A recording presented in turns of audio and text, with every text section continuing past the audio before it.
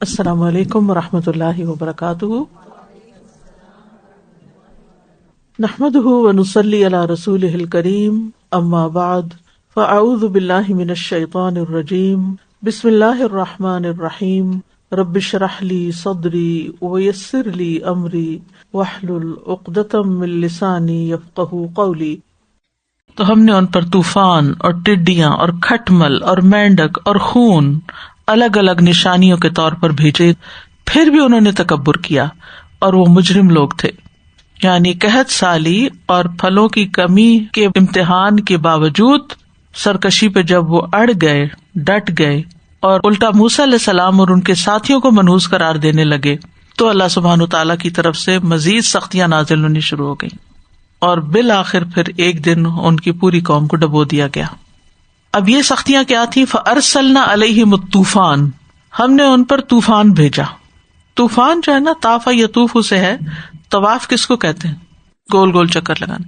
یعنی جب کوئی مصیبت کسی کو گھیر لیتی ہے، جیسے بارش ہے، بادل ہے، ٹورنیڈو ہے، تو وہ طوفان کی شکل میں ہے، اس کو طوفان کہتے ہیں۔ مراد ہے یہاں پر کہ آسمان سے موسلا دھار بارش یا پھر اولے اور دریاؤں کی سخت طغیانی ایسی آئی کہ جس کی وجہ سے ساری فصلیں تباہ ہو گئیں۔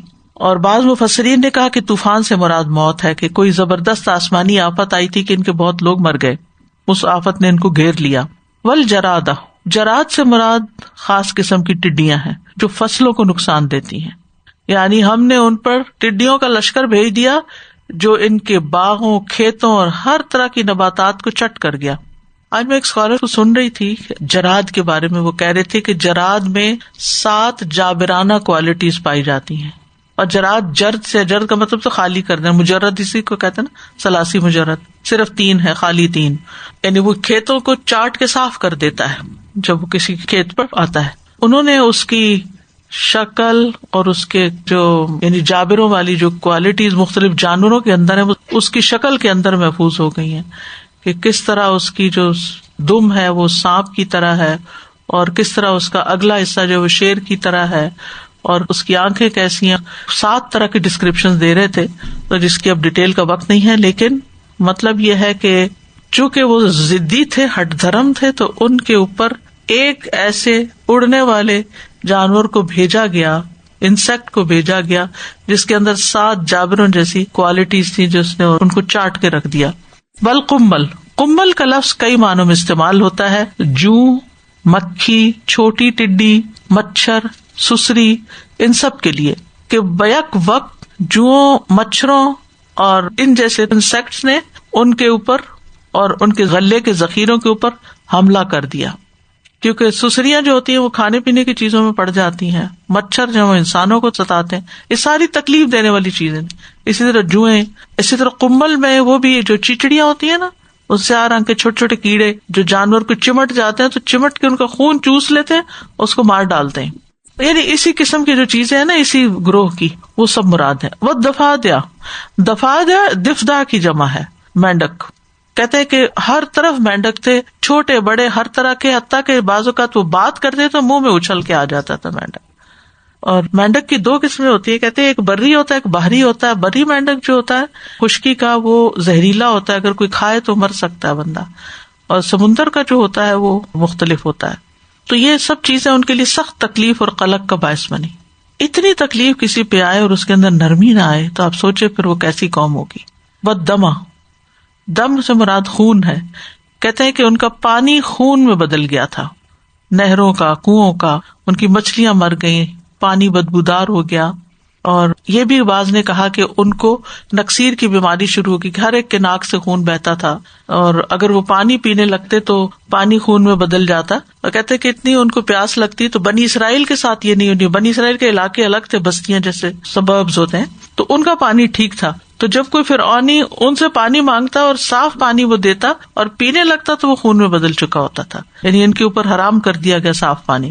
آیات مفصلات، تفصیلی آیات، تفصیلی معجزات، یعنی ان میں اللہ تعالیٰ کا غضب بھی پوشیدہ تھا اور موسیٰ علیہ السلام کی حمایت بھی، اور انتہائی واضح تھا۔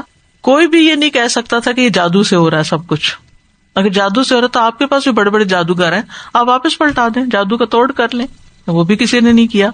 اور مفصلات کا ایک معنی یہ بھی ہے کہ الگ الگ نشانیاں آئیں، ایک نشانی آتی پھر وہ ختم ہو جاتی، پھر اگلی آ جاتی، پھر اگلی، کیونکہ وہ کہتے کہ دعا کرو اگر یہ مصیبت ہم سے دور ہوگی تو ہم تجھے مان لیں گے، اور پھر کیا ہوتا، مصیبت دور ہو جاتی تو وہ پھر اپنی بات سے مکر جاتے، پھر دوبارہ ایک اور مصیبت آ جاتی. تو مفصل فصل ہوتا ہے جدا جدا الگ الگ نشانیاں.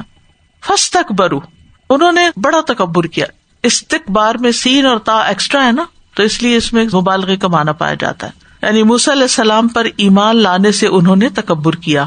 وَكَانُوا قَوْمًا مُجْرِمِينَ، اور وہ مجرم لوگ تھے، یعنی کافر تو تھے ہی لیکن مزید یہ کہ اللہ کی حدود پہ لانگتے تھے. کیونکہ جب کوئی قوم اس ہٹ درمی پہ اتر آتی ہے، اس طرح کے جرائم پر اتر آتی ہے، تو پھر ان کا مزاج بگڑ جاتا ہے، پھر انہیں کسی قسم کا غلط کام کرتے ہوئے کوئی حیا نہیں آتی. اور جب ان پر عذاب واقع ہوتا تو وہ کہنے لگتے، اے موسیٰ ہمارے لیے اپنے رب سے دعا کرو اس عہد کی بنا پر جو اس نے تجھ سے کر رکھا ہے، اگر تو ہم سے یہ عذاب ہٹا دے تو ہم ضرور تجھ پر ایمان لے آئیں گے اور ہم تیرے ساتھ بنی اسرائیل کو ضرور بھیج دیں گے. وَلَمَّا وَقَعَ عَلَيْهِمُ الرِّجْزُ، اور جب کبھی، لما یا کلما کے معنوں میں، جب کبھی ان پر کوئی عذاب واقع ہوتا. اور بعض مفسرین نے کہا ہے کہ یہاں لما جب ہی کے معنوں میں ہے اور رجز سے مراد تعاون ہے، یعنی ان پہ تعاون بھی آیا. اور بعض نے کہا کہ سارے عذاب کی طرف اشارہ ہے. جب ان پر عذاب آتا تو کہتے موسیٰ ہمارے لیے اپنے رب سے دعا کرو، بما عہد عندک، جو اس نے تجھ سے عہد کر رکھا ہے، یعنی جو اللہ تعالیٰ نے آپ کو پہلے سے ہی بتا دیا کہ آپ اس سے دعا کریں تو وہ آپ کی دعا قبول کرے گا. جیسے ان معجزات کے بارے میں اس نے آپ کی دعا قبول کی ہے، تو آپ ہمارے لیے دعا کریں. کیا لئن کشفت عنا الرجز، کہ اگر آپ نے ہم سے رجز دور کر دیا، لنؤمنن لک، تو ضرور ہم تجھ پر ایمان لے آئیں گے، ولنرسلن معک بنی اسرائیل، اور ہم تیرے ساتھ بنی اسرائیل کو ضرور بھیج دیں گے، یعنی تمہارا مطالبہ تسلیم کر لیں گے. تو بعض مفسرین نے یہ کہا ہے کہ جب ان پر تعاون نازل ہوا تو ان کے لوگ مرنا شروع ہو گئے، یعنی فرعونی مرنا شروع ہو گئے. تو اسی دوران موسیٰ علیہ السلام کو ہجرت کا حکم دے دیا گیا کہ آپ بنی اسرائیل کو لے کے شام کی طرف نکل جائیں. تو فرعونی چونکہ اپنی پریشانی میں مبتلا تھے، بیماری تھی گھر گھر، تو فوری طور پر وہ نہ دیکھ سکے کہ بنی اسرائیل سارے کے سارے نکل کے جا رہے ہیں. اور جب فرعون اپنا لاؤ لشکر لے کے ان کے تعاقب میں روانہ ہوا تو وہ بحیرہ کلزم کے قریب پہنچ چکے تھے. بہرحال یہ بھی ایک رائے ہے. تو جب ہم ان سے ایک مدت تک عذاب ہٹا دیتے جسے وہ پہنچنے والے تھے تو یکا یک وہ عہد توڑ ڈالتے، یعنی ایک عذاب آتا تو اس سے تنگ آ کے موسیٰ علیہ السلام کے پاس آتے، جب دعا سے ٹل جاتا پھر کفر شرک میں مبتلا ہو جاتے، پھر دوسرا عذاب آتا پھر اسی طرح کرتے. تو اس سے یہ پتہ چلتا ہے کہ یہاں وہ ہر عذاب کے وقت، صرف رجز کے وقت نہیں، رجز عذاب کے عام معنوں میں استعمال ہوا ہے، ہر عذاب کے وقت وہ آ کے موسیٰ علیہ السلام سے دعا کرواتے تھے. فلما کشفنا عنہم الرجز الی اجل ہم بالغوہ، کہ اللہ نے ایک مدت مقرر کر رکھی تھی کہ اس تاریخ یا اس وقت میں ان کو بڑا عذاب دیا جائے گا. تو اس سے پہلے پہلے وہ بار بار یہ حرکت کرتے رہے اور ان کا عذاب ٹلتا رہا. اذا ہم ینکثون، تو تب وہ اس عہد کو توڑ ڈالتے تھے. یعنی جب ہم ان سے تکلیف ہٹاتے، کیوں ہٹا دیتے کہ ابھی ان کی مکمل ایلیمینیشن کا وقت نہیں آیا تھا، الی اجل ہم بالغوہ، تو پھر ان کی ہلاکت کے لیے مقرر کیے ہوئے وقت تک وہ عہد توڑتے رہے. اذا ہم ینکثون، ینکثون کا لفظ جو نون کاف سا سے ہے. نقص کہتے ہیں کمبل یا سوت ادھیڑنا، اور یہ نقض کے ہم معنی ہی ہے، تقریباً قریب ہے معنی میں. یعنی ینقضون آتا ہے، ینقضون عہد اللہ سورۃ البقرہ میں بھی آتا ہے. تو یکا یک وہ اپنے عہد کو توڑ دیتے تھے، جس عہد کو انہوں نے اپنے رب اور موسیٰ علیہ السلام کے ساتھ پختہ کیا ہوتا تھا، اور وہ اپنے کفر اور گمراہی پر قائم رہتے. تو اس سے یہ پتہ چلتا ہے کہ عہد توڑنا اس قوم کا وتیرہ تھا. یعنی ایک دفعہ نہیں، دو دفعہ نہیں، 5 عذابوں کے وقت انہوں نے یہی کیا. اس آیت سے یہ بات پتہ چل رہی ہے کہ مصیبت کے وقت انسان کی اصل پہچان ہوتی ہے، کہ مصیبت کے وقت انسان اللہ کو پکارتا ہے، گڑ گڑاتا ہے، وعدے کرتا ہے، مصیبت اٹھا لی جاتی ہے تو پھر وہ بھول جاتا ہے اور اپنے معمولات کی طرف واپس آ جاتا ہے. ہاں، جو لوگ ایمان لاتے ہیں اور نیک عمل کرتے ہیں وہ اس سے نکل جاتے ہیں. وہ مصیبت دور ہونے کے باوجود بھی کیا کرتے ہیں؟ اپنی نیکی پر قائم رہتے ہیں. لیکن عمومی طور پر لوگوں کا رویہ کیا ہوتا ہے کہ مصیبت آنے پر آئندہ نیک بننے کا وعدہ کرتے ہیں، اور جب مصیبت چلی جاتی ہے تو وعدہ بھی بھول جاتے ہیں، یعنی نعمت ملتے ہی مصیبت بھول گئے اور مصیبت میں کیے ہوئے وعدے بھی بھول گئے. بس ہم نے ان سے انتقام لیا، پھر ہم نے انہیں سمندر میں غرق کر دیا، کیونکہ انہوں نے ہماری آیات کو جھٹلا دیا تھا اور وہ ان سے غفلت برتتے تھے. فانتقمنا منہم، تو ہم نے ان سے انتقام لے لیا، یعنی جب تباہی کا مقررہ وقت آ گیا تو ہم نے پھر ان کو پکڑ لیا. فاغرقناہم فی الیم، ہم نے ان کو سمندر میں غرق کر دیا. یم کہتے ہیں اس سمندر کو جس کی گہرائی کا اندازہ نہ ہو انسان کو کہ کتنا گہرا ہے، یعنی انسان کے لیے اس کے گہرائی کو جاننا ممکن نہ ہو، بہت گہرا سمندر. تو اللہ تعالیٰ نے اپنی ناراضگی اور عذاب ان پہ واقع کر دیا، اور وہ کیا تھا؟ ان کو سمندر میں غرق کرنا، کیونکہ انہوں نے معجزات کو جھٹلا دیا تھا جو موسیٰ علیہ السلام کے ہاتھ پہ ظاہر ہوئے تھے، اور یہی چیز ان کی تباہی کا باعث بنی. اور فرعون کے غرق ہونے کا واقعہ تو ہم سب کو معلوم ہے کہ موسیٰ علیہ السلام اپنی قوم کو لے کے نکلے تو پھر فرعون اپنی قوم کو لے کے پیچھے آیا. موسیٰ علیہ السلام نے عصا مارا، سمندر میں رستہ بنا، وہ نکل گئے، اور اسی رستے پر فرعونی جب چڑھے اور درمیان میں پہنچے تو پانی واپس مل گیا اور وہ سارے کے سارے ڈوب گئے. موسیٰ علیہ السلام اور ان کی قوم نے اس نجات کے دن پھر شکرانے کے لیے روزہ بھی رکھا، یعنی فرعون سے جب نجات پا کر سمندر پار کرنے کا یہ مبارک دن جو عاشورہ کا دن تھا، 10 محرم تھی، تو موسیٰ علیہ السلام شکرانے کے لیے پھر روزہ رکھتے تھے، اور پھر یہود بھی اس دن کا روزہ رکھتے تھے. نبی صلی اللہ علیہ وسلم جب مدینہ آئے تو آپ کو یہ بات بتائی گئی. اس دن کا روزہ جو ہے وہ 1 سال کے گناہوں کا کفارہ بنتا ہے. ابن عباس کہتے ہیں میں نے نبی صلی اللہ علیہ وسلم کو نہیں دیکھا کہ عاشورہ کے دن اور رمضان کے مہینے کے علاوہ کسی دن کو افضل سمجھ کر آپ نے اس دن کا روزہ رکھا، یعنی سب سے زیادہ اس کو فائدے کا سمجھ کے روزہ رکھتے تھے، افضل روزہ. بِأَنَّهُمْ كَذَّبُوا بِآيَاتِنَا وَكَانُوا عَنْهَا غَافِلِينَ، یعنی انہوں نے ہماری آیات کو جھٹلایا اور وہ ان سے غافل تھے، اس لیے ہم نے ان کو ڈبو دیا، اس لیے ان کو عذاب دیا، کیونکہ انہوں نے نشانیوں سے، دلائل سے، معجزات سے کوئی سبق حاصل نہیں کیا، کوئی عبرت نہیں پکڑی. تو اس آیت سے یہ پتہ چلتا ہے کہ غفلت عذاب اور سزا کے نازل ہونے کا سبب ہے. وَكَانُوا عَنْهَا غَافِلِينَ، انسان کو غفلت سے جاگنا چاہیے. غفلت سے کیا چیز جگاتی ہے انسان کو؟ کیا چیز جگاتی؟ علم اور موت کی یاد. یس، موت کی یاد. کتنے دن عیش کر لیں گے، ایک دن تو مرنا ہے اور جواب دینا ہے.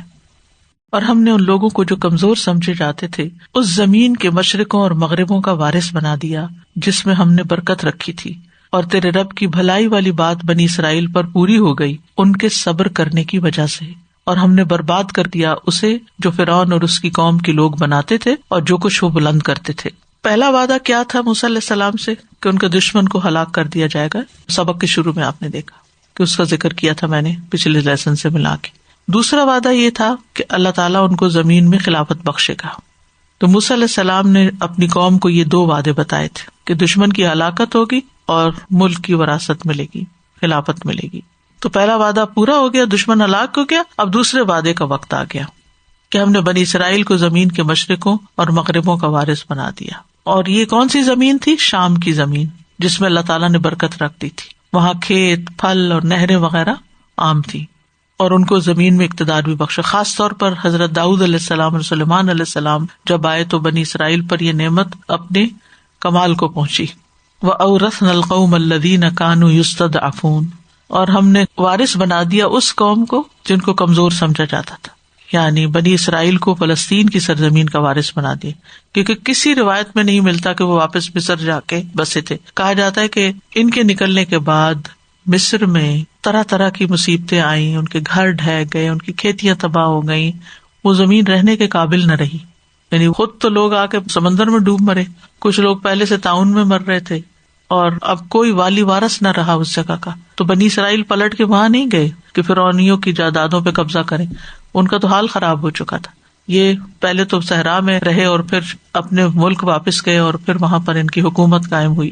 یعنی مشارق الارض و مغارب کا مطلب ہے کہ شام کے مشرقی اور مغربی علاقے جو تھے، کیونکہ ہر روز جو سورج نکلتا ہے کسی بھی علاقے میں تو ایک جگہ سے نہیں نکلتا، مشارق بنتا جاتا ہے.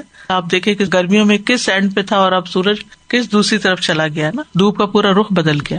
تو یہاں اللتی بارکنا فیہا میں آپ کو معلوم ہے کہ کون سی زمین ہے جس میں برکت ہے، فلسطین ہی کی، شام کی. اور پھر یہ وعدہ جو تھا موسیٰ علیہ السلام سے کیا گیا تھا لیکن پورا ہوا یوشع علیہ السلام کے دور میں. انہوں نے عمالقہ سے جہاد کر کے اپنے علاقے واپس لیے تھے اور پھر پورا ملک شام جو تھا وہ داؤد علیہ السلام اور سلیمان علیہ السلام کے قبضے میں آیا. تو یہ علاقہ جو ہے بہت سارے پیغمبروں کا مسکن و مدفن ہے، شام کا علاقہ جو ہے، اور یہ برکت والی زمین ہے. ایک حدیث سے پتہ چلتا ہے، زید بن ثابت کہتے ہیں ایک دن ہم لوگ رسول اللہ صلی اللہ علیہ وسلم کے پاس بیٹھے ہوئے مختلف ٹکڑوں سے قرآن کو جمع کر رہے تھے. آپ نے فرمایا ملک شام کے لیے خوشخبری ہے. کسی نے پوچھا اللہ کے رسول اس کی کیا وجہ ہے؟ آپ نے فرمایا ملک شام پر رحمان کے فرشتے اپنے پر پھیلائے ہوئے ہیں، یعنی وہ فلسطین کے علاقے پر. وَتَمَّتْ كَلِمَةُ رَبِّكَ الْحُسْنَى عَلَى بَنِي إِسْرَائِيلَ بِمَا صَبَرُوا، اور بنی اسرائیل پر تیرے رب کا بھلائی والا وعدہ پورا ہوا. وہ کون سا وعدہ ہے جس کا پیچھے ذکر کیا گیا کہ تمہارے دشمن ہلاک کر دیے جائیں گے اور تمہیں اس زمین کی وراثت اور حکومت مل جائے گی. تو اللہ کی بات پوری ہو گئی. تمت کلمۃ ربک الحسنی، اور حسنی جو ہے کلمہ کی صفت ہے، یعنی اللہ کی بات، اللہ کا وعدہ پورا ہو گیا. لیکن اس کے لیے کیا چیز سبب بنی؟ بما صبروا، تو صبر جو ہے یہ کامیابی کی کنجی. وَاعْلَمْ أَنَّ النَّصْرَ مَعَ الصَّبْرِ، جان لو کہ کامیابی صبر کے ساتھ ہے. یہ کیا صبر تھا؟ کس چیز پہ صبر تھا؟ اپنے دین پر. فرعونیوں کے ظلم اور زیادتی اور ہر طرح کی بنی اسرائیل کو محروم کر دینے کے باوجود وہ اپنے دین پر رہے. ٹھیک ہے بہت کچھ بھول بھی گئے تھے، غلامی کی وجہ سے بہت سی اچھی چیزیں بھی نکل گئی، لیکن لا الہ الا اللہ کو نہیں چھوڑا تھا. فرعون کو اپنا رب نہیں مانا، یہ بہت بڑی بات تھی. دیکھیے ایک امن و امان کا زمانہ ہوتا ہے، ایک اسلامی ملک ہوتا ہے، وہاں آپ کے اوپر اور طرح کی ذمہ داریاں آتی ہیں. یعنی جتنی آپ کو سہولت ہے، آزادی ہے دین پر عمل کرنے کی، اتنا ہی آپ کے اوپر ذمہ داری آ جاتی. لیکن اگر کوئی انسان کسی ایسے ملک میں رہتا ہے کہ جہاں پر اس کے اوپر پابندیاں ہیں، وہ کر ہی نہیں سکتا. ایک وہ شخص ہے جو جیل میں اور ایک وہ شخص ہے جو باہر ہے، دونوں کے احکامات برابر نہیں ہیں. ایک وہ جو بیمار ہے اور وہ بستر سے لگا ہوا ہے، اور ایک وہ جو چل پھر رہا ہے، دونوں کے احکامات فرق ہیں. تو بنی اسرائیل کے اوپر اس وقت جب وہ فرعون کی غلامی میں تھے، دین کے اوپر عمل کرنے کے وہ سارے وسائل اور آزادی نہیں تھی، لیکن ایمان تو دل میں ہوتا ہے نا، اور انسان کے اندر سے ایمان کو نہیں چھین سکتا. کوئی کسی پہ جبر کر کے بھی ایمان نہیں اس کا نکلوا سکتا، کیونکہ انسان کا اپنا ڈیسیژن ہوتا ہے. اب آپ دیکھیے کہ جب ان کے اوپر مذہبی پابندی لگی تھی کہ وہ نماز کے لیے اکٹھے نہیں ہو سکتے، تو قرآن مجید میں کیا حکم دیا گیا تھا؟ تم اپنے گھروں کو قبلہ بنا لو. نہیں نکل سکتے، نہیں اجتماعی عبادت ہو سکتی، اپنے اپنے گھروں میں نماز پڑھو. تو بما صبروا میں یہ ساری چیزیں آ جاتی ہیں کہ مشکل ترین حالات کے باوجود انہوں نے اپنا دین قائم رکھا. بما صبروا، اور اسی لیے کامیابی نصیب ہوئی کہ آزادی مل گئی اور پھر آگے حکومت بھی ملی. وَدَمَّرْنَا مَا كَانَ يَصْنَعُ فِرْعَوْنُ وَقَوْمُهُ وَمَا كَانُوا يَعْرِشُونَ، اور ہم نے تباہ و برباد کر دیا جو کچھ فرعون بنایا کرتا تھا اور جو اس کی قوم بناتی تھی اور جو وہ بلند کرتے تھے، یعنی اونچے محلات کی تعمیر کرتے تھے، مضبوط مکانات بناتے تھے، وہ سب تباہ کر دیے ہم نے. جیسے حامان کا محل تھا. اور یارشون میں بلند کرنے میں عمارتوں کے علاوہ بیلوں کا اور پودوں کا یعنی کہ اوپر کرنا، اوپر لے جانا، وہ خوبصورتی کی علامت بھی ہوتی ہے نا. سورۃ الدخان میں آتا ہے کم ترکوا من جنات وعیون، کتنے ہی چشمے اور باغ وہ اپنے پیچھے چھوڑ گئے. وزروع ومقام کریم، اور کھیتیاں اور عمدہ مقام. ونعمت کانوا فیہا فاکہین، اور نعمت و آسائش کے سامان جن میں وہ عیش و عشرت کر رہے تھے، یہ سب پیچھے رہ گیا. تو ان آیات سے پتہ چلتا ہے کہ اگر کوئی ایمان نہیں لاتا اور اللہ سبحانہ تعالیٰ کے پیغمبر کے ساتھ ضد لگا بیٹھتا ہے تو پھر اس قوم کے لیے جینے کا کوئی حق باقی نہیں رہتا. اور پھر سب سے بڑی بات یہ کہ اللہ کے وعدے سچے ہوتے ہیں، اور یہ کہ کامیابی صبر کے ساتھ آتی ہے. اور ہم نے بنی اسرائیل کو سمندر پار کرا دیا تو وہ ایسے لوگوں کے پاس آئے جو اپنے بتوں پر عبادت کے لیے جمے ہوئے تھے. کہنے لگے اے موسیٰ ہمارے لیے بھی ان لوگوں کے الہوں کی مانند کوئی الہ بنا دو. موسیٰ نے کہا بے شک تم لوگ سراسر جہالت برت رہے ہو. اب یہاں بنی اسرائیل کی تنگی کے بعد ان کو جب خوشحالی ملی تو پھر ان کا امتحان ہوا.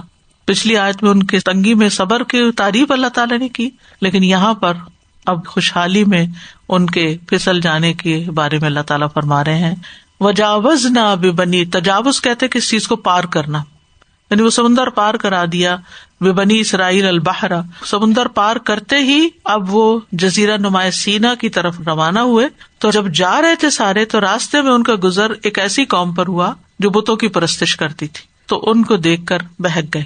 فَأَتَوْا عَلَىٰ قَوْمٍ يَعْكُفُونَ عَلَىٰ أَصْنَامٍ لَهُمْ. عَكَفَ يَعْكِفُ کا مطلب ہوتا ہے کسی چیز پر قائم رہنا، اس کو لازم کر لینا، اس پہ جم جانا.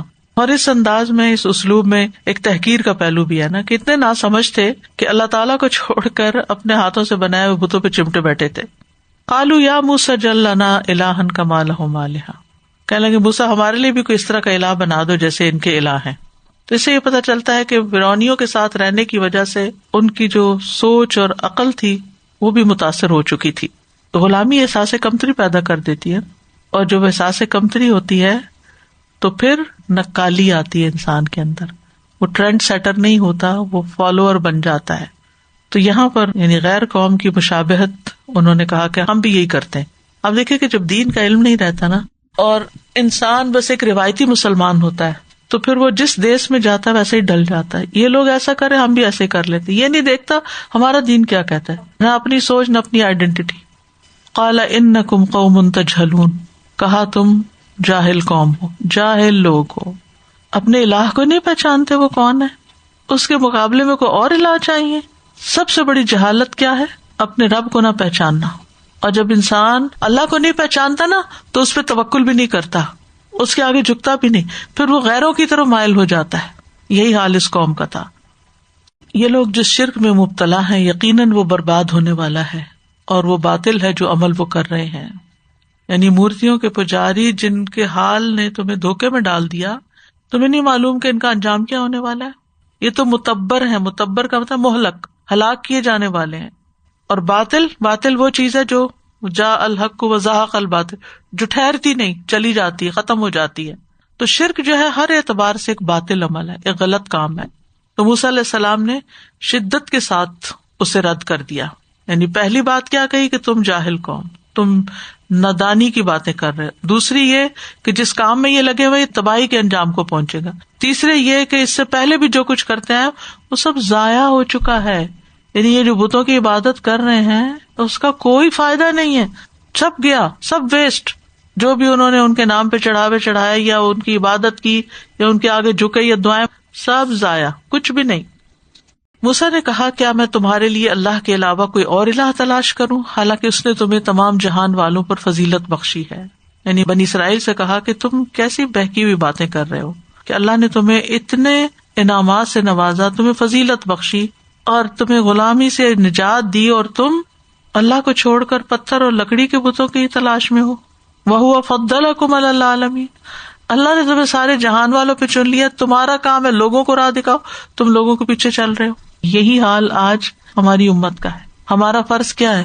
کنتم خیر امۃ اخرجت للناس، تم بہترین امت ہو، لوگوں کے لیے نکالی گئی ہو. اور ہم کیا کر رہے ہیں؟ اور لوگوں کے پیچھے چل رہے ہیں. تو اگر رہنما عوام کے پیچھے چلنے لگے تو پھر کیا بنے گا؟ اور یاد کرو وہ وقت جب ہم نے تمہیں آل فرعون سے نجات دی، وہ تمہیں برا عذاب چکھاتے تھے، وہ تمہارے بیٹوں کو قتل کرتے اور تمہاری عورتوں کو زندہ چھوڑ دیتے تھے، اور اس میں تمہارے رب کی طرف سے بہت بڑی آزمائش تھی. موسیٰ علیہ السلام نے بنی اسرائیل کو اللہ تعالیٰ کی نعمتیں یاد دلائیں کہ اللہ تعالیٰ نے کس طرح انہیں فرعون کی قید سے نجات دی، اس کے قہر سے نجات بخشی، ان کی ذلت اور رسوائی کو عزت سے بدل دیا، ان کی آنکھوں کے سامنے ان کے دشمن کو غرق کر دیا. وَإِذْ أَنْجَيْنَاكُمْ مِنْ آلِ فِرْعَوْنَ يَسُومُونَكُمْ سُوءَ الْعَذَابِ، سورۃ البقرہ میں بھی یہ مضمون گزر چکا ہے. یعنی فرعون اور اس کی قوم کے سرداروں اور اس کے لشکروں سے ہم نے تمہیں نجات دی. آل فرعون سے مراد یسومونکم، وہ تمہیں عذاب دیتے تھے، تم سے خدمت دیتے تھے. سوء العذاب، بدترین عذاب. اور وہ کیا تھا؟ یقتلون ابناءکم، بدترین عذاب کیا تھا؟ تمہارے بیٹے قتل کر دیتے تھے. وَيَسْتَحْيُونَ نِسَاءَکم، تمہاری عورتوں کو زندہ چھوڑ دیتے تھے کہ وہ ان کی کنیز بنے، غلام بنے. وَفِي ذَلِكُمْ بَلَاءٌ مِّن رَبِّكُمْ عَظِيمٌ، اور اس میں تمہارے رب کی طرف سے تمہارے لیے بہت بڑی آزمائش تھی. بلا کا لفظ جیسے آپ جانتے ہیں آزمائش کے لیے بھی آتا ہے اور انعام کے لیے بھی. یعنی اس واقعے میں تمہارے لیے مصیبت کی آزمائش بھی تھی، لیکن پھر یہاں سے اللہ نے تمہیں نجات دے کے اپنا انعام بھی تم پر کیا. تو یہ آیت کیوں آئی ہے دوبارہ؟ یاد دہانی کرانے کے لیے. اور یہاں یہ بات بڑی اہم ہے سیکھنے کی کہ بظاہر یوں لگتا ہے کہ معاملہ فرعون اور بنی اسرائیل کے بیچ میں، لیکن اصل بات کیا ہے؟ امتحان، بلا اللہ کی طرف سے تھی. ہم اس چیز کو بھول جاتے ہیں کہ بنی اسرائیل پر آزمائش کیوں آئی تھی. کوئی بتائے گا آپ میں سے؟ بنی اسرائیل کے اوپر غلامی کیوں مسلط ہو گئی تھی؟ دین چھوڑ دیا تھا. یس. تو انسان کو ہمیشہ یاد رکھنا چاہیے کہ دین چھوڑنے میں نہ دنیا میں عزت ہے انسان کی اور نہ آخرت میں اس کا فائدہ ہے. کامیابی کے لیے وَاعْتَصِمُوا بِحَبْلِ اللَّهِ جَمِيعًا، اللہ کی رسی کو مضبوطی سے تھام کے رکھے، اللہ سے اپنا تعلق مضبوط کرے، مشکل وقت میں بھی اللہ ہی کو یاد کرے اور اللہ کی اطاعت سے کبھی منہ نہ موڑے.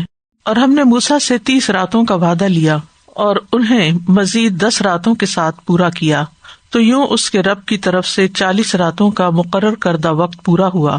اور موسیٰ نے اپنے بھائی ہارون سے کہا، میری قوم میں میری جانشینی کرنا اور ان کی اصلاح کرنا اور فساد کرنے والوں کے راستے کی پیروی نہ کرنا. جیسا کہ ہم جانتے ہیں کہ پچھلی آیات میں اس بات کا ذکر ہوا ہے کہ فرعون اور اس کا لشکر غرق ہو گیا. تو اب اس کے بعد اس بات کی ضرورت محسوس ہوئی کہ بنی اسرائیل کی باقاعدہ رہنمائی کی جائے، ان کی ہدایت کے لیے کوئی کتاب نازل کی جائے. لہٰذا اللہ سبحانہ وتعالیٰ نے موسیٰ علیہ السلام کو 30 راتوں کے لیے کوہ طور پر بلایا، جس میں 10 راتوں کا مزید اضافہ کر کے اس کو 40 کر دیا. تو موسیٰ علیہ السلام نے وہاں جاتے ہوئے پیچھے اپنے بھائی ہارون علیہ السلام کو، جو ان سے عمر میں بڑے تھے لیکن اللہ سبحانہ تعالیٰ کی طرف سے نبی مبعوث ہوئے تھے، انہیں اپنا جانشین مقرر کر دیا تاکہ وہ حضرت موسیٰ علیہ السلام کی غیر موجودگی میں بنی اسرائیل کی ہدایت اور اصلاح کا کام کرتے رہیں اور انہیں ہر طرح کے فساد سے محفوظ رکھیں. تو ارشاد باری تعالیٰ ہے وَوَاعَدْنَا موسیٰ، اور ہم نے وعدہ لیا موسیٰ علیہ السلام سے. وعدہ یوعد، یہ باب مفعلہ سے ہے جس کا معنی ہے ایک دوسرے سے باہم عہد و پیمان کرنا. چونکہ اللہ تعالیٰ کی طرف سے بلاوا آیا تھا اور موسیٰ علیہ السلام کی طرف سے حاضری کا وعدہ تھا، تو اس لیے وعدنا کا لفظ استعمال ہوا، یعنی دونوں طرف کی بات تھی، کیونکہ تواعد جو ہوتا ہے وہ 2 فریقوں کے بیچ میں ہوتا ہے. وَوَاعَدْنَا مُوسَىٰ 30 لَيْلَةً وَأَتْمَمْنَاهَا ب10 فَتَمَّ مِيقَاتُ رَبِّهِ 40 لَيْلَةً.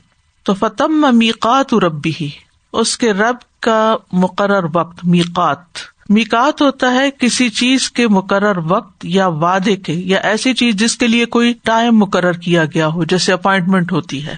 اور کبھی میقات کا لفظ جو ہے کسی مقرر کردہ مقام کے لیے بھی استعمال ہوتا ہے. جیسے حج یا عمرے کے لیے جاتے ہیں تو آپ میقات پر کیا کرتے ہیں؟ احرام پہنتے. تو وہ میقات کیا ہے؟ مقرر جگہ، یعنی مقرر وقت، مقرر کام، مقرر جگہ، یہ میقات ہیں، یعنی مواقیت الحج جن کو کہتے ہیں. تو تورات دینے سے پہلے اللہ سبحانہ تعالیٰ نے ان کو 40 دن کے لیے کوہ طور پر اپنی عبادت کا حکم دیا. کوہ طور کیا ہے؟ کوہ سینا. تو یہ سینا میں پہاڑ ہے جہاں پر مبارک وادی ہے، جہاں اللہ سبحانہ تعالیٰ نے موسیٰ علیہ السلام سے ہم کلامی بھی کی. تو پہاڑ پر بلایا گیا کہ وہاں آ کر تنہائی میں عبادت کریں، جس کی کم سے کم مدت 1 ماہ اور زیادہ سے زیادہ 40 دن ہے. چلہ سورۃ البقرہ میں صرف 40 راتوں کا ہی ذکر آتا ہے.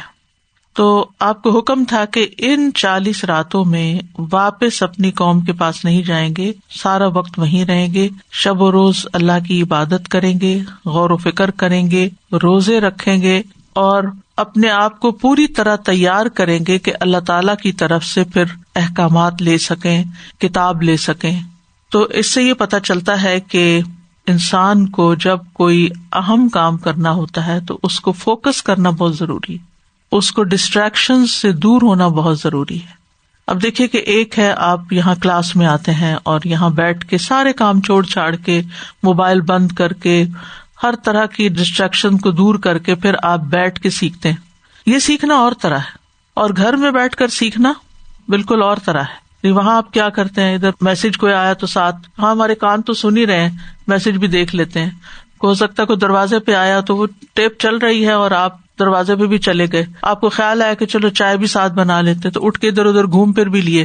یہ علم حاصل کرنا نہیں ہے، یہ صرف انفارمیشن اکٹھی کرنا، اور اس کا انسان کے اخلاق، ادب، تربیت، تزکیہ پر وہ اثر نہیں ہوتا جو یکسوئی کے ساتھ ہوتا ہے۔ علم حاصل کرنے کے لیے اور خصوصاً دین کا علم حاصل کرنے کے لیے، کتاب اللہ کا علم حاصل کرنے کے لیے یکسوئی بہت ضروری ہے، اور اس کے لیے تنہائی بھی ضروری ہوتی ہے، خاص طور پر تفکر اور تدبر کے لیے، جیسے موسیٰ علیہ السلام سے کروائی گئی اور انہیں نیچر کے قریب کیا گیا، اور اللہ سبحانہ وتعالیٰ نے ان کو سب سے آئسولیٹ کر دیا کیونکہ انہیں رہنمائی کا کام کرنا تھا۔ تو اس سے یہ پتہ چلتا ہے کہ جو لوگ خاص طور پر اس لیے سیکھیں کہ انہیں آگے سکھانا بھی ہے، تو ان کی ذمہ داری اور بھی زیادہ بڑھ جاتی ہے کہ ان کو 100% لینا چاہیے، کیونکہ بعض اوقات اگر آپ ایک لفظ بھی مس کر جاتے ہیں کسی بات کا، یا ایک جملہ بھی کہیں سے چھوڑ دیتے ہیں، تو پوری بات ہی آپ کو سمجھ نہیں آتی، ہو سکتا ہے آپ کچھ اور ہی سمجھ لیں اور کچھ اور ہی اس کو بیان کرتے رہیں۔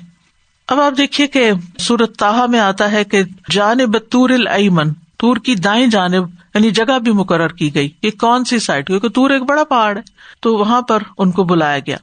وقال موسیٰ لأخیہ ہارون اخلفنی فی قومی، اب موسیٰ علیہ السلام قوم کو چھوڑ کے جا رہے ہیں، لیکن ایسے ہی نہیں چھوڑ رہے، اپنی ڈیوٹی کسی کو دے کے جا رہے ہیں۔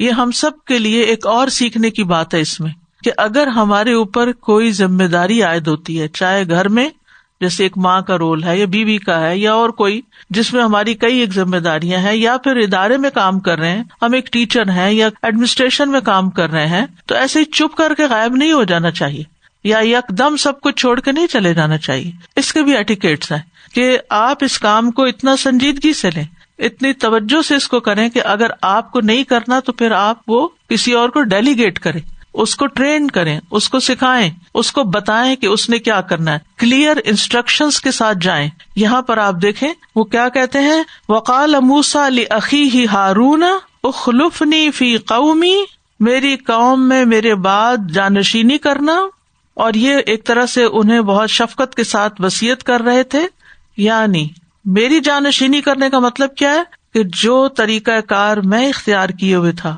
جس طرح میں اپنی قوم کے ساتھ پیش آتا تھا کہ بنی اسرائیل کی نادانیوں اور بدسلوکیوں کے مقابلے میں صبر و تحمل کے ساتھ اور شفقت کے ساتھ اس قوم کو لیڈ کر رہا تھا، کیونکہ بنی اسرائیل ایک غلام قوم بن چکے تھے، ان کے ساتھ معاملہ آسان نہیں تھا۔ تو انہوں نے کہا کہ جیسے میں ان سے ڈیل کر رہا ہوں نا، ایسے ہی تم بھی کرنا، اپنی طرف سے کوئی اور چیزیں نہیں کرنا۔ وَأَصْلِحْ، اور اصلاح کا کام کرتے رہنا، اصلاح کا یہ کام جاری رہے۔ وَلَا تَتَّبِعْ سَبِيلَ الْمُفْسِدِينَ، اور تیسری چیز یہ کہ مفسدین کے طریقے پہ نہ چلنا، یعنی قوم کے اندر کوئی خرابی، کوئی بگاڑ، کوئی بدعت، کوئی دلالت پیدا نہ ہونے دینا۔ اگر اس طرح کی کوئی چیز تمہیں نظر آئے تو اس کو ٹھیک کرنا، اور بگاڑ پیدا کرنے والے یعنی جو غلط کاموں کی ابتدا کرے ان کی بات نہ ماننا، کیونکہ عام طور پر یہ ہوتا ہے کہ کچھ ایسے لوگ ہوتے ہیں ہر سوسائٹی کے اندر جو انفلوئنشل ہوتے ہیں، اور پھر جب وہ کوئی غلط طریقہ ایجاد کرتے ہیں تو باقیوں کو بھی اپنے پیچھے لگا لیتے ہیں۔ اب جیسے مکہ میں یا عرب میں بت پرستی کیسے شروع ہوئی؟ عمرو بن لحی جو ایک بہت مالدار انفلوئنشل آدمی تھا، وہ پہلی دفعہ بت لے کر آیا اور اس نے یہ پوجا شروع کی، اور دیکھتے دیکھتے ساری قوم کے اندر وہی مرض پیدا ہو گیا۔ وَلَا تَتَّبِعْ سَبِيلَ الْمُفْسِدِينَ، مفسدین کی بات نہیں ماننا، ان کے پیچھے نہیں چلنا، یعنی جو ہمارے اس طریقے کو جو اللہ تعالیٰ نے ہمیں سکھایا ہے اور جس کی طرف ہمیں لوگوں کو دعوت دینی ہے، اگر اس میں کوئی فساد پیدا کرتا ہے، کوئی بگاڑ پیدا کرتا ہے، کیونکہ ہر دور میں ایسے لوگ ہوتے ہیں جو بظاہر اپنے آپ کو مسلمان بھی کہتے ہیں لیکن وہ صحیح رستے سے لوگوں کو ہٹاتے بھی ہیں، تو ان کے پیچھے نہیں لگ جانا۔ تو یہ ان کی بہت کلیئر انسٹرکشنز تھیں اپنے بھائی کے لیے، جو انہیں بتا کر وہ اپنے کام پہ جا رہے ہیں۔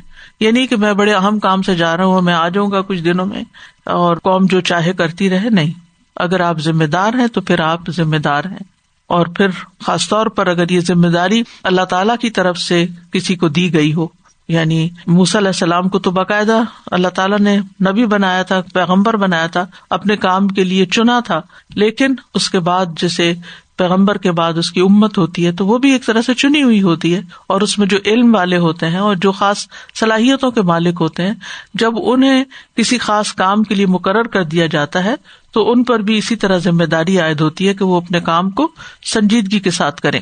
تو تمام اہم کاموں میں جانشین مقرر کرنا چاہیے، اور نیک بندوں کو حتیٰ کہ انبیاء کو بھی یاد دہانی کی ضرورت رہتی ہے کیا ان کے بھائی جو ہارون نبی تھے علیہ السلام، ان کو نہیں پتا تھا انہوں نے کیا کیا کرنا ہے، لیکن بطور تذکیر انہوں نے ان کو ریمائنڈر دیا کہ یہ اور یہ اور یہ کرنا اور یہ نہ کرنا. اور پھر آپ دیکھیں کہ موسیٰ علیہ السلام اپنے وعدے پہ وہاں پہنچتے ہیں، اپنی اپائنٹمنٹ پہ، اپنی صحیح جگہ پر ٹائم پر پہنچتے ہیں. یہ وعدوں کی حفاظت جو ہے یہ بھی ایمان کا حصہ ہے. پھر اس کے بعد اصلاح کرنا انبیاء کا طریقہ رہا ہے، اور دونوں چیزیں سامنے رکھنی چاہیے. جہاں اصلاح کی ضرورت اصلاح کی جائے، اور جہاں بگاڑ ہو رہا ہو اس کا راستہ بھی بند کیا جائے. اور جب موسیٰ ہمارے مقرر وقت پر آ گیا اور اس کے رب نے اس سے کلام کیا تو اس نے کہا، اے میرے رب مجھے دکھا کہ میں آپ کو دیکھ سکوں. فرمایا، تم مجھے ہرگز نہ دیکھ سکو گے، لیکن تم پہاڑ کی طرف دیکھو، پھر اگر وہ اپنی جگہ پر قائم رہا تو تم ضرور مجھے دیکھ لو گے. پھر جب اس کے رب نے پہاڑ پر تجلی فرمائی تو اسے ریزہ ریزہ کر دیا اور موسیٰ بے ہوش ہو کر گر پڑا. پھر جب اسے ہوش آیا تو عرض کی، پاک ہے تو، میں تیری طرف توبہ کرتا ہوں اور میں سب سے پہلا ایمان لانے والا ہوں.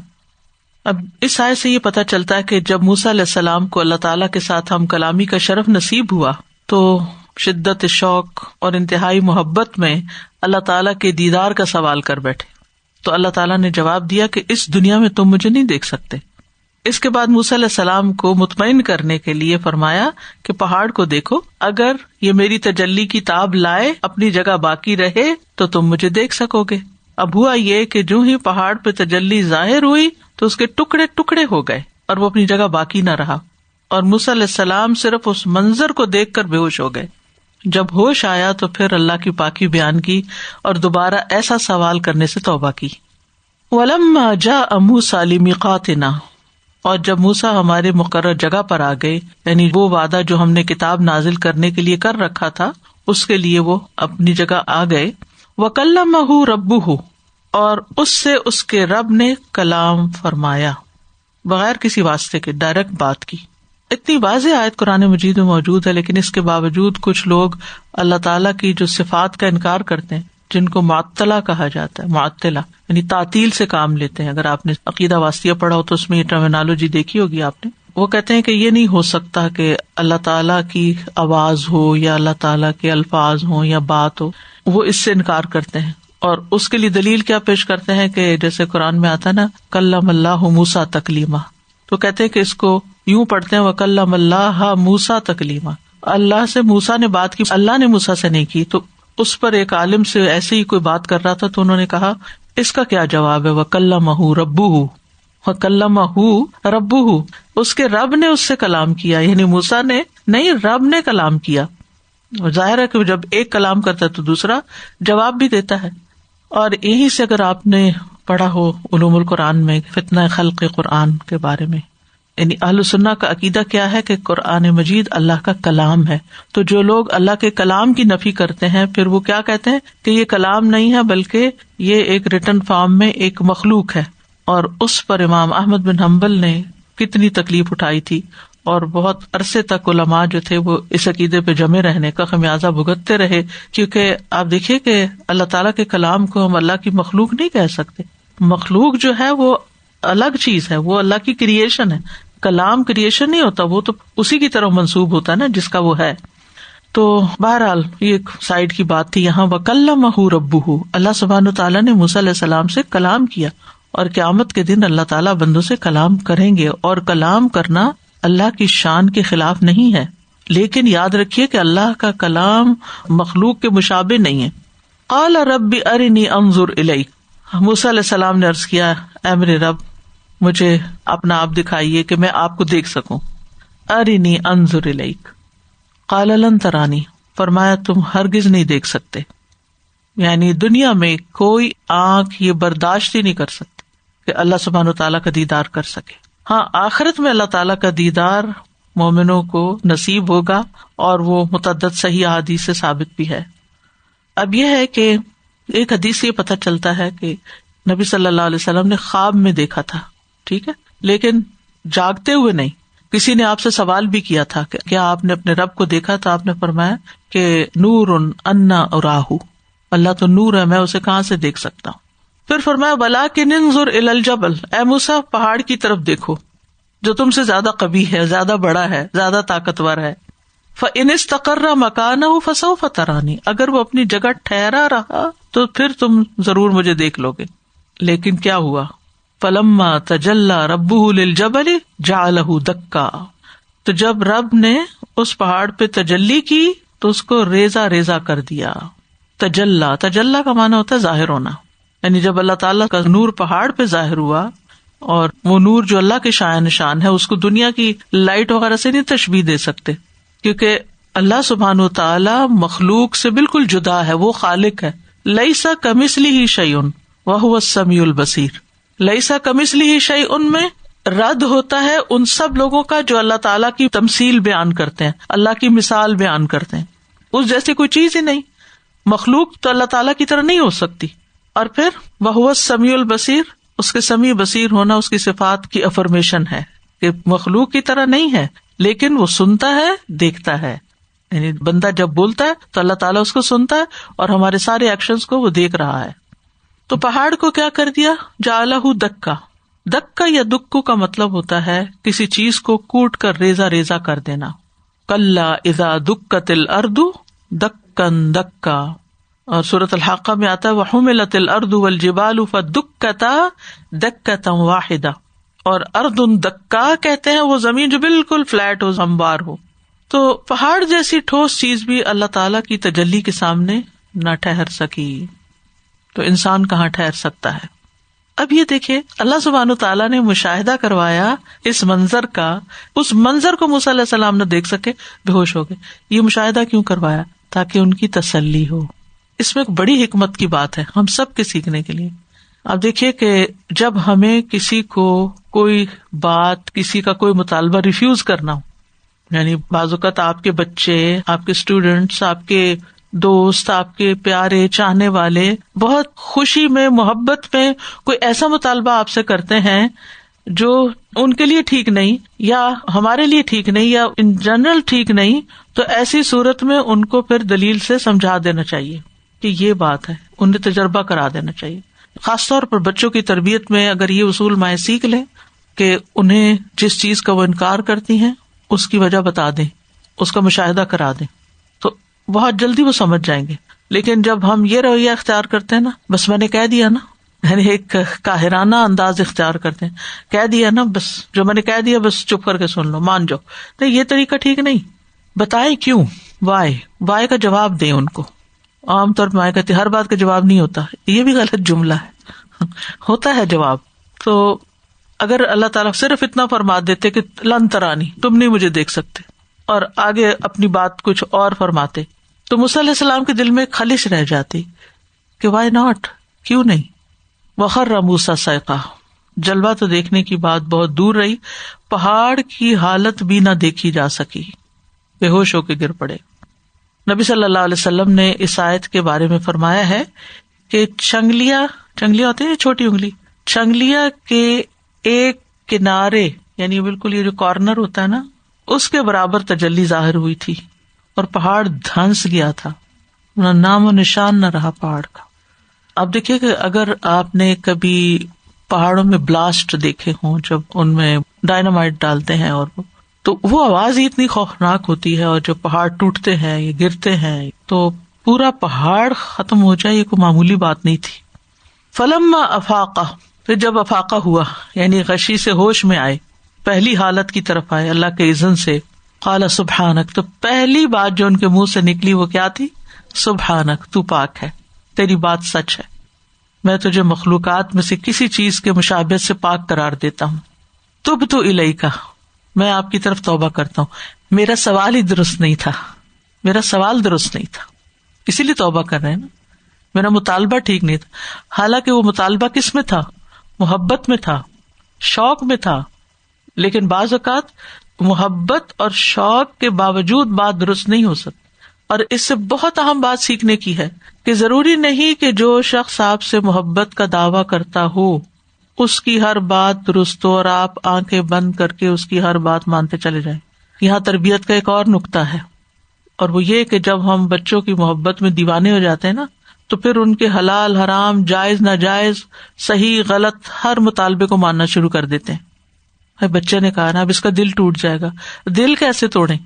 محبت کرنے والوں کا دل توڑنے کا جو مسئلہ ہے نا، یہ ایشو، یہ بڑا نازک ہے، اور اسی میں انسان بعض اوقات اللہ کی نافرمانیاں کرتا رہتا ہے. میرے ہسبینڈ کہتے ہیں اس موقع پہ ایسے ڈریس اپ ہو، یہ نہ پہنو، وہ نہ کرو، اور وہ اتنی محبت مجھ سے کرتے ہیں، میری ہر ضرورت کا خیال رکھتے ہیں، کیا میں ان کی اتنی سی بات بھی نہ مانوں؟ نہیں، اتنی سی بھی نہیں ماننی نا، کیونکہ یہ اللہ تعالیٰ کو پسند نہیں. کرنا وہ ہے جو اللہ چاہتا ہے، یہ نہیں کہ دھونس دھاندلی کے ساتھ، پیار محبت کے ساتھ ہی. لیکن ضروری نہیں ہوتا کہ ہر محبت کرنے والا آپ سے صحیح چیز کا ہی مطالبہ کر رہا ہو، اس کا مطالبہ غلط بھی ہو سکتا ہے، اور اس کو پھر آسان طریقے سے بتا دینا چاہیے. تو موسیٰ علیہ السلام کے اندر جو عاجزی ہے وہ یہاں نظر آ رہی ہے. یعنی جب موسیٰ علیہ السلام کے لیے نشانیاں ظاہر ہو گئیں تو انہوں نے اپنی بات سے رجوع کر لیا. یعنی تبت الیک کا مطلب میں آپ کی طرف لوٹ کر آتا ہوں، آپ سے توبہ کرتا ہوں. کوئی انہوں نے نافرمانی نہیں کی تھی، کوئی انہوں نے غلطی نہیں کی تھی، پھر بھی سوری کیا. اس سے کیا بات پتہ چلتی کہ بعض اوقات ہمیں اس جگہ بھی سوری کہہ دینا چاہیے جہاں ہمیں پتا ہو کہ ہماری غلطی نہیں ہے. یہ کسی انسان کے اخلاق کی عکاسی کرتا ہے، یہ بتاتا ہے کہ آپ کس کیریکٹر کے مالک ہیں. اور انبیاء کی شان اور انبیاء کا اخلاق سبحان اللہ سیکھنے کے لائق ہوتا ہے، کیونکہ ان کو تو نہیں پتا تھا کہ یہ مطالبہ غلط ہے یا یہ ہو نہیں سکتا. انہوں نے تو سوچا ہوگا کہ اگر بات ہو سکتی ہے تو پھر ویڈیو کال بھی، جیسے ہم کہتے ہیں صرف بات نہیں کرتے، ویڈیو کال کرتے ہیں. لیکن یہ بھی یاد رکھیے کہ دنیا میں بھی کسی سے ویڈیو کال کا مطالبہ نہ کریں. اگر کوئی خود اپنی خوشی سے کرتا ہے تو وہ اور بات ہے، لیکن بعض اوقات جیسے مجھ سے بہت سارے لوگ کہتے ہیں آپ زوم پر بغیر نقاب کے، ہم چاہتے ہیں کہ آپ لائیو کلاس لیں اور سامنے نظر آئیں. بھی نہیں ہو سکتا، مجھے نہیں معلوم اس روم میں اور کون داخل ہو جائے. تو اس طرح کے مطالبے بھی نہیں کرنے چاہیے کسی سے جو ہمیں پتا ہو کہ اس کے اصولوں کے خلاف ہیں، چاہے ہم کتنی بھی محبت رکھتے ہوں اور جینوئن محبت رکھتے ہوں. بعض اوقات کہتے ہیں ہمارے ساتھ تصویر کھنچوا لیں. مت کریں ایسے مطالبے کہ جو کسی کے پرنسپلس کے خلاف ہوں. بہرحال پھر موسیٰ علیہ السلام نے کہا وَأَنَا أَوَّلُ الْمُؤْمِنِينَ، اور میں سب سے پہلے ایمان لانے والا ہوں اس بات پر کہ آپ کو کوئی نہیں دیکھ سکتا، آپ کی عظمت اور جلال اور بزرگی اور بڑائی پر میں ایمان لاتا ہوں. مومن تو پہلے ہی تھے، تو یہاں دوبارہ ایمان کا اظہار کیوں ہو رہا ہے؟ یعنی اس بات پر جو آپ نے فرمائی میرا پورا ایمان ہے، میں اسے ایکسپٹ کرتا ہوں. تو اس آیت سے پتہ چلتا ہے کہ دنیا میں اللہ تعالیٰ کی رؤیت ممکن نہیں، کیونکہ انسان کمزور ہے. ہاں، آخرت میں اہل جنت کے لیے اللہ تعالیٰ کا دیدار ممکن ہوگا، اور انشاءاللہ، اور یہ ہمارے ایمان کا حصہ ہے. یاد رکھیے کچھ لوگ اس کو بھی نہیں مانتے، کچھ لوگ اس کا بھی انکار کرتے ہیں، لیکن صحیح احادیث سے پتہ چلتا ہے کہ اللہ تعالیٰ کا دیدار ہوگا. ابو موسیٰ اشعری کہتے ہیں رسول اللہ صلی اللہ علیہ وسلم نے ہم میں کھڑے ہو کر 5 باتیں فرمائی. آپ نے فرمایا بے شک اللہ عز و جل سوتا نہیں اور نہ سونا اس کی شان ہے. لا تأخذہ سنۃ ولا نوم، وہ میزان کو جھکاتا اور اسے بلند کرتا ہے. اس کی طرف رات کا عمل دن کے عمل سے پہلے اور دن کا عمل رات کے عمل سے پہلے بلند کیا جاتا ہے، یعنی ہمارے اعمال پہنچ جاتے. اس کا حجاب نور ہے. اور 5ویں چیز، اگر وہ اسے کھول دے تو اس کے چہرے کی شعاعیں جہاں تک اس کی نگاہیں پہنچتی ہیں اس کی مخلوق کو جلا دیں اور کچھ باقی نہ رہے. لیکن ایک اور حدیث سے پتہ چلتا ہے کہ جنت میں جانے والا ہر شخص اللہ تعالیٰ کو دیکھ سکے گا. رسول اللہ صلی اللہ علیہ وسلم نے فرمایا، اور یہ روایت ہے سنن نبی داؤد کی. ابو رزین کہتے ہیں میں نے کہا ہے اللہ کے رسول، کیا ہم میں سے ہر ایک اپنے رب کو دیکھے گا؟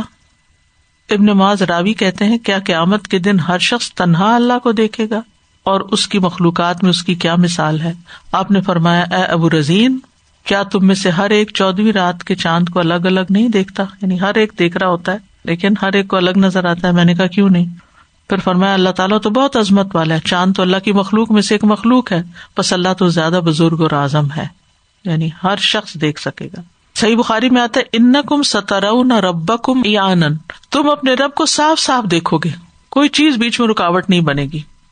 مسند احمد کی روایت میں ہے نبی صلی اللہ علیہ وسلم نے فرمایا جب اہل جنت جنت میں داخل ہو جائیں گے اور اہل جہنم جہنم میں داخل ہو جائیں گے تو جنتیوں کو پکار کر کہا جائے گا کہ اے اہل جنت، بے شک اللہ کا تم سے ایک وعدہ ابھی باقی ہے. جنتی کہیں گے کیا ہمارے میزان بھاری نہیں کیے گئے، ہمارے اعمال نامے ہمارے دائیں ہاتھوں میں نہیں دیے گئے، ہمیں جہنم سے بچا کر جنت میں داخل نہیں کر دیا گیا؟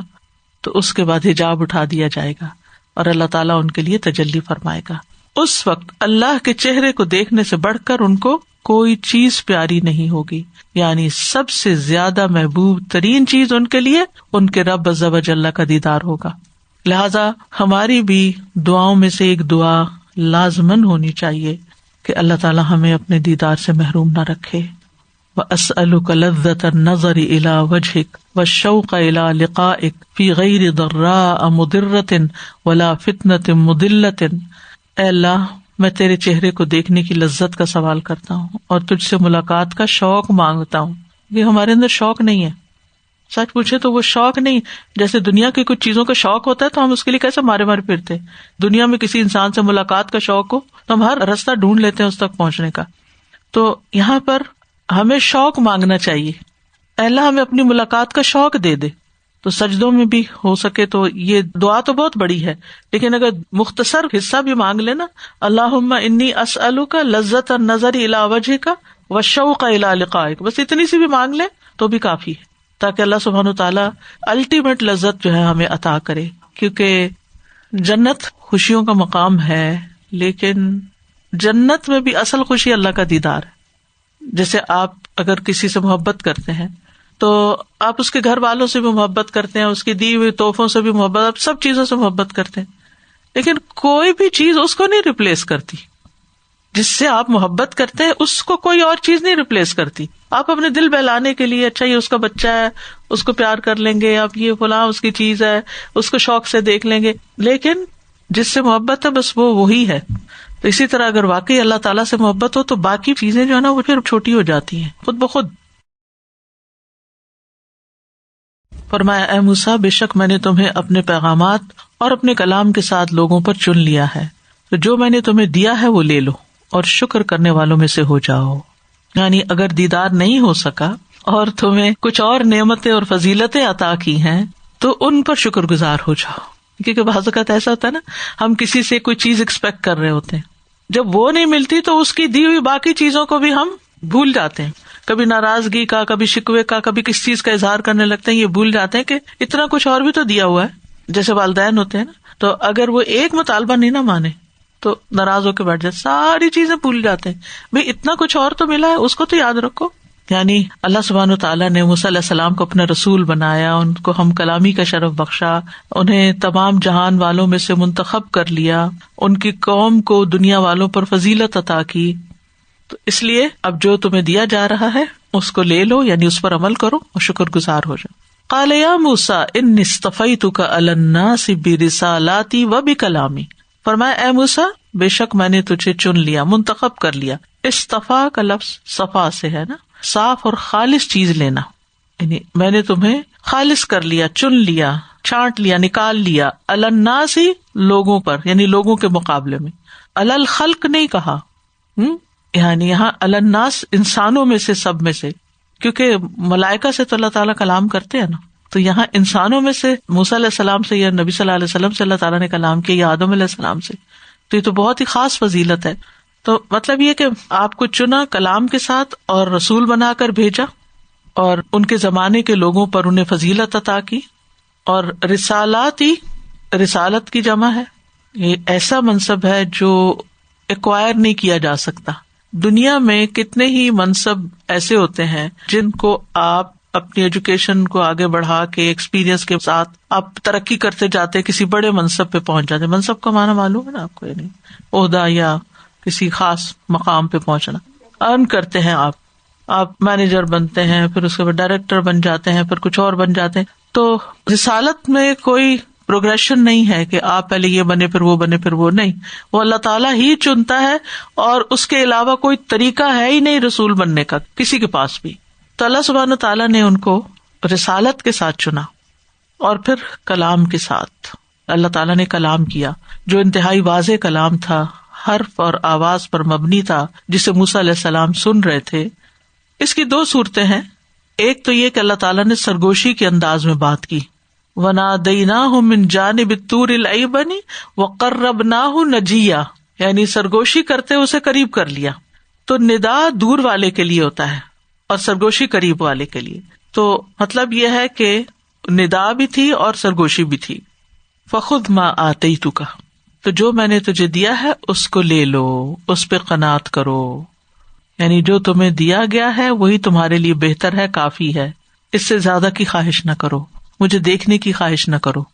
وَقُم مِّنَ الشَّاكِرِينَ، اور شکر کرنے والوں میں سے ہو جاؤ، یعنی جو میں نے احسانات تم پر کیے ہیں ان احسانات کا شکر ادا کرو، کیونکہ لئن شکرتم لأزیدنکم۔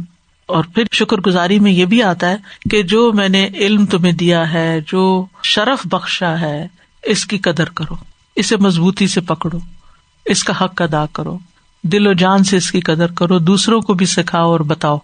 تو نعمت ہدایت ملنے پر، دین کا علم ملنے پر اس کی شکر گزاری کیا ہے کہ انسان اس کو خوشی سے لے، اس کی قدردانی کرے، اس کو ویلیو کرے، اور پھر اس کو دوسروں تک بھی پہنچائے، دوسروں کو بھی اس طرف لے کر آئے۔ تو موسیٰ علیہ السلام کو یہ خاص شرف اللہ تعالیٰ نے نصیب کیا۔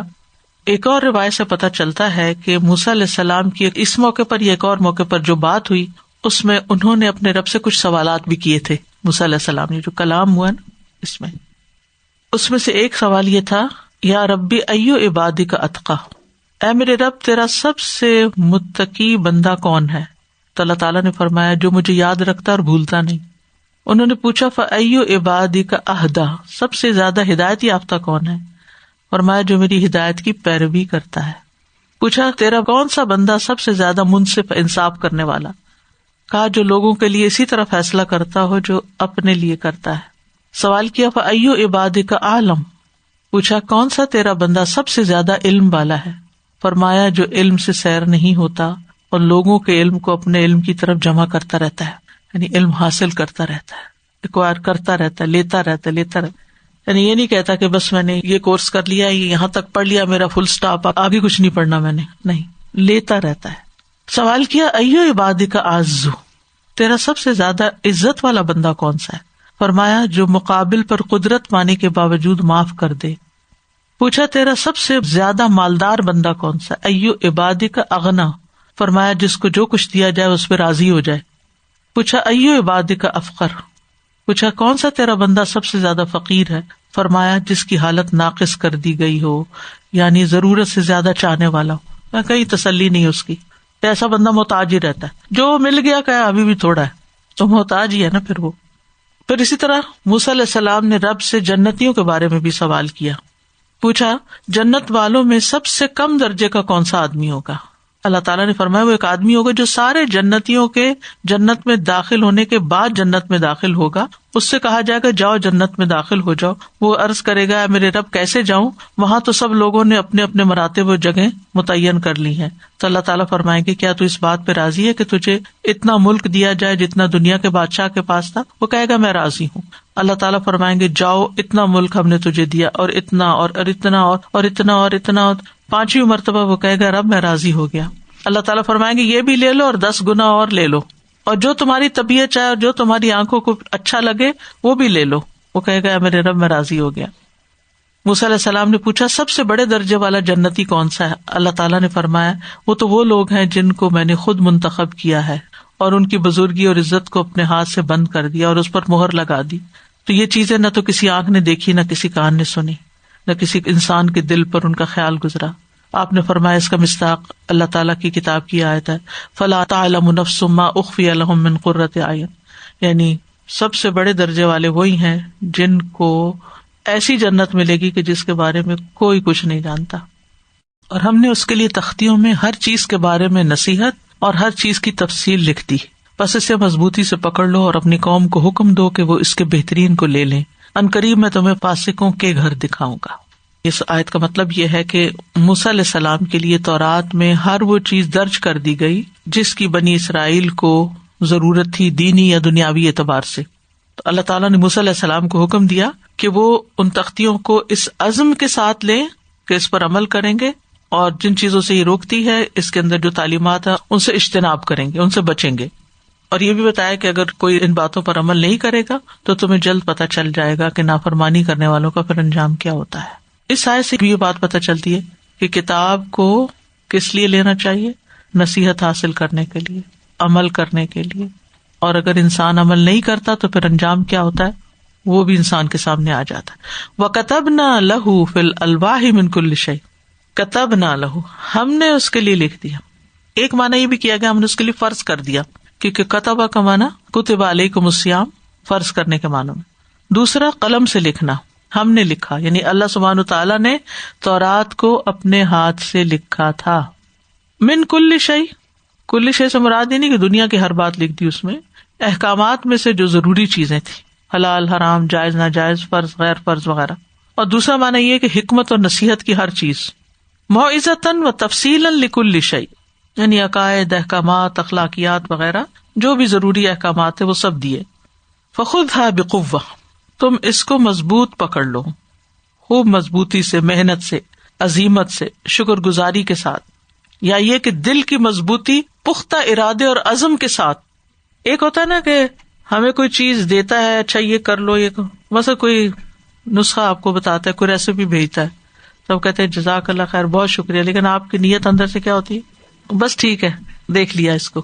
لیکن کچھ چیزیں اتنے کام کی ہوتی ہیں کہ آپ دل سے شکر گزار بھی ہوتے ہیں اور دل سے ارادہ کرتے ہیں یہ تو میں کر کے چھوڑوں.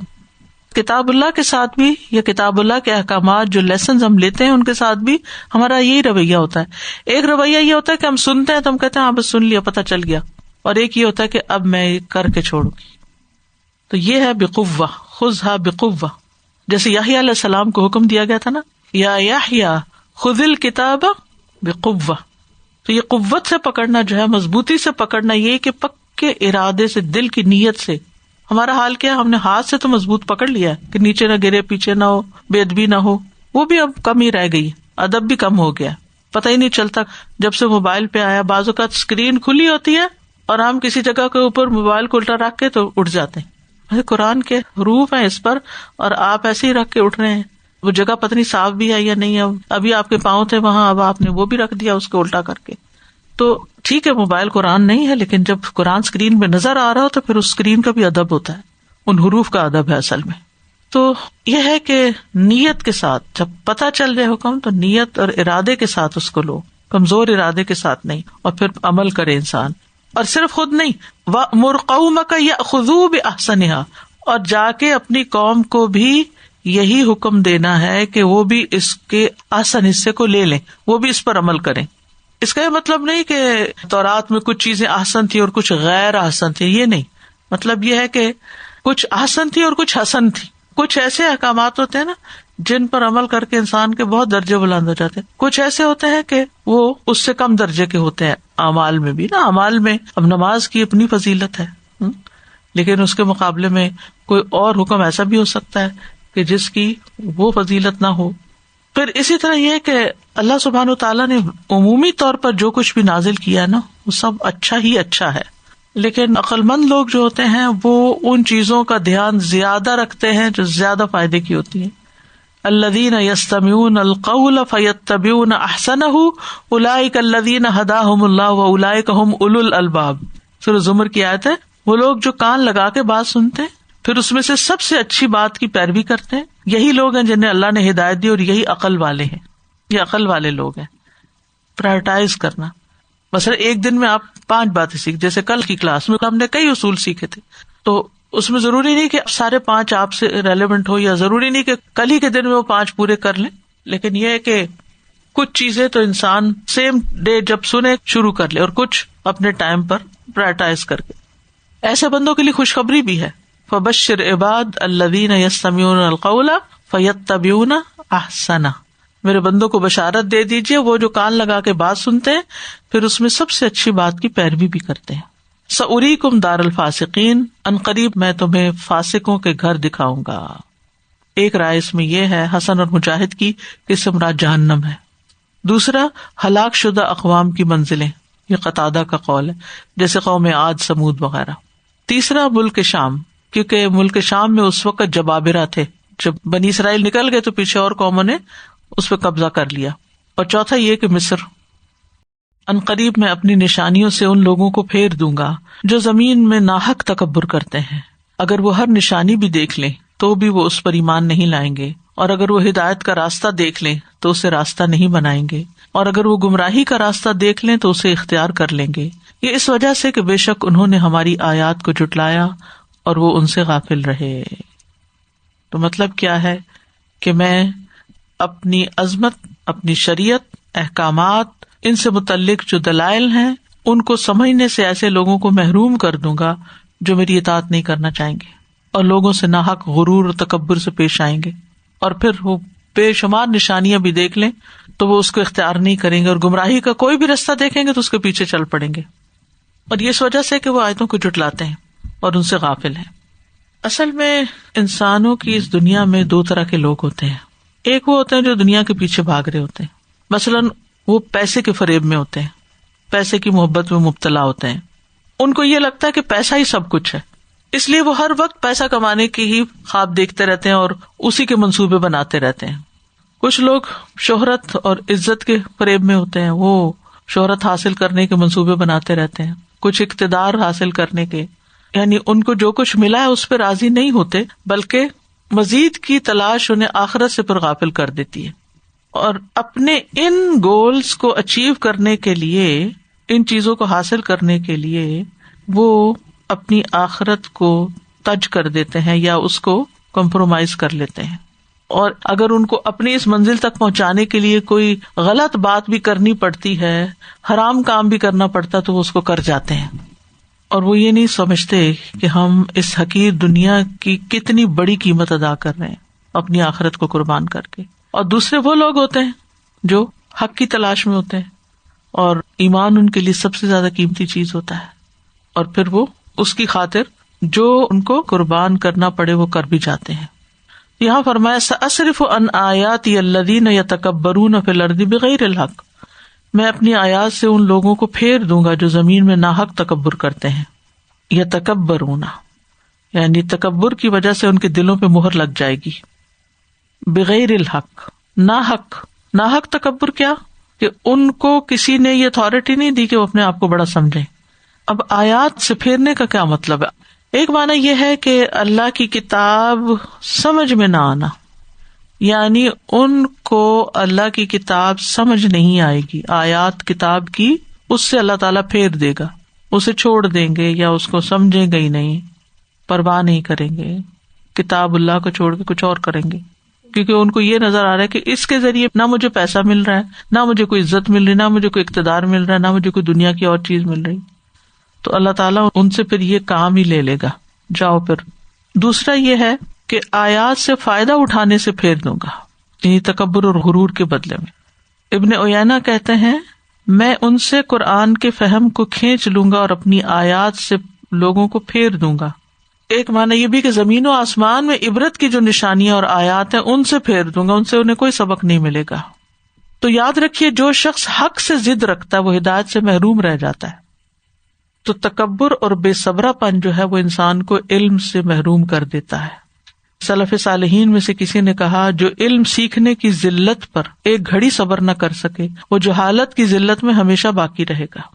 پھر اسی طرح دل کی نجاست جو ہوتی ہے، نیت کی خرابی جو ہوتی ہے، وہ قرآن کے حقائق کو سمجھنے سے محروم کر دیتی ہے۔ اگر آپ نیت کے خراب ہیں نا، بد نیت ہے، تو آپ کو اصل بات نہیں سمجھ آئے گی قرآن میں سے، کیونکہ لا یمسہ الا المطہرون، اس کے لیے دل کا صاف کرنا ضروری ہے، خالی ذہن ہو کے اس کو پڑھنا ضروری ہے، اپنے تعصبات کو ایک طرف چھوڑنا ضروری، اپنی خواہشات کو الگ کرنا ضروری ہے، ورنہ لوگ اپنی خواہشات کے مطابق میننگ پہنا دیتے ہیں آیات کو۔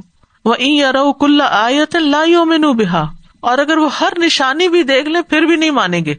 سورۃ یونس میں آتا ہے ان الذین حقت علیہم کلمۃ ربک لا یؤمنون ولو جاءتہم کل آیۃ حتی یروا العذاب العلیم، دردناک عذاب بھی دیکھ لیں پھر بھی نہیں مانیں گے۔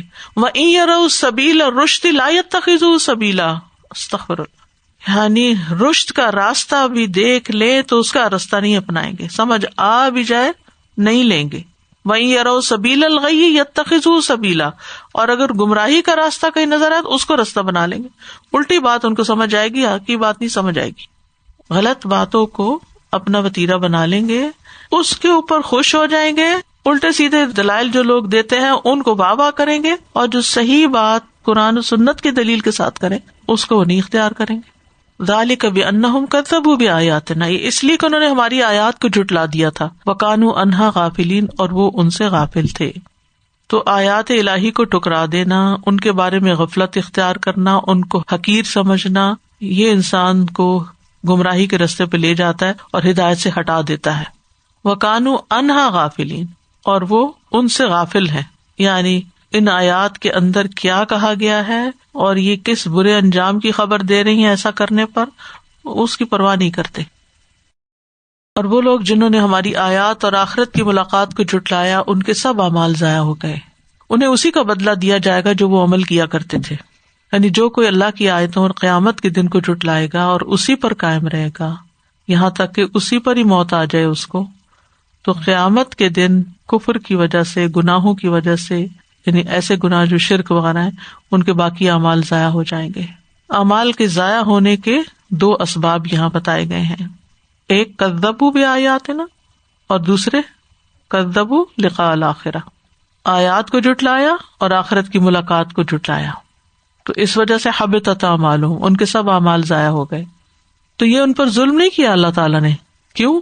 هل یجزون الا ما كانوا یعملون، انہیں تو اسی چیز کا بدلہ مل رہا ہے جو وہ عمل کیا کرتے تھے، کیا وہ اس کے سوا کوئی اور بدلہ دیے گئے ہیں جو وہ کیا کرتے تھے؟ جو وہ کر کے آئے اسی کا نتیجہ بھگت رہے ہیں آپ۔ وآخر دعوانا ان الحمد للہ رب العالمین، سبحانک اللہم وبحمدک، اشہد ان لا الہ الا انت، استغفرک واتوب الیک۔ السلام علیکم ورحمۃ اللہ وبرکاتہ۔